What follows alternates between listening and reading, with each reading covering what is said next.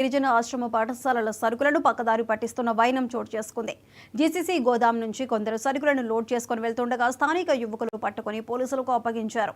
సంబంధిత శాఖ నుంచి తమకు ఎలాంటి ఫిర్యాదు రాలేదని సీఐ రాజేంద్ర ప్రసాద్ వెల్లడించారు. ఈ అక్రమ తరలింపులో జీసీసీ అధికారుల పాత్ర ఉన్నట్టు తెలుస్తోందని అన్నారు. కొన్ని రోజుల నుంచి హాస్టల్ చూసుకుంటే హాస్టళ్లలో ఫుడ్ పాయిజన్ అవుతుందనే కారణంగా పెద్ద ఎత్తున మా మంత్రివర్గులు కూడా దీనిపైన పనిచేస్తున్నారు.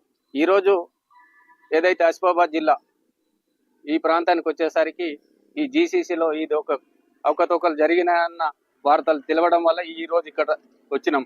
దీనికి సంబంధించిన ఎవరైతే బాధ్యులు ఉన్నారో వారిపైన కఠినంగా చర్యలు తీసుకుంటాం. సాధ్యమైనంత వరకు ఇటువంటి కార్యక్రమాలు ముందు ముందు జరగకుండా చూస్తామని వారిని కూడా హెచ్చరిస్తున్నాం. ఎందుకంటే ఇయ్యాల ఇక్కడ జరిగింది రేపు ఇంకొక చోట కూడా జరుగుతుంది. అందుకనే జీసీసీ చైర్మన్ గా గిరిజన కార్పొరేషన్ చైర్మన్ గా